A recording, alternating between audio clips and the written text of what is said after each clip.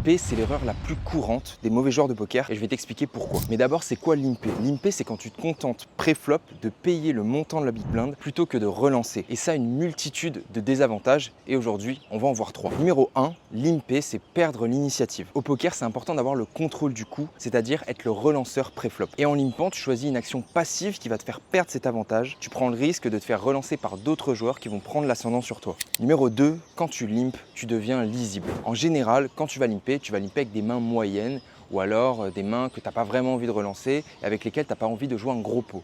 Et ça donne beaucoup d'indications sur le type de main que tu vas avoir. Un limp, c'est souvent un signe de faiblesse parce qu'avec tes meilleures mains, tu vas relancer instinctivement. Et donc, quand tu vas limper, tu auras des mains plus faibles. Et s'il y a des bons joueurs à ta table et qu'ils s'en rendent compte, ils vont alors directement te mettre la pression à chaque fois que tu vas limper et ça va te mettre dans une situation très inconfortable et tu vas leur donner de l'argent sur le long terme. Et enfin, numéro 3, limper, c'est perdre de la value. Pourquoi? Parce que si tu décides de limper une bonne main, tu vas pas faire gonfler le pot pré-flop et donc le pot va être moins intéressant et tu vas gagner moins d'argent. En plus, si tu limpes, tu vas laisser l'opportunité à d'autres joueurs de voir le coup pour pas cher et donc tu vas perdre de la value sur tes grosses mains. Quand tu as des bonnes mains, tu as envie de faire gonfler le pot pour gagner plus d'argent. Et donc pour ça, il faut relancer. Alors la prochaine fois, pré-flop, quand c'est ton tour, relance ou couche-toi. Ça rendra les coups plus simples et tu seras beaucoup plus à l'aise. Si tu veux d'autres conseils, n'hésite pas à t'abonner pour voir les prochaines vidéos. Et si tu as des questions, n'hésite pas à le mettre en commentaire ou alors à m'envoyer un message privé.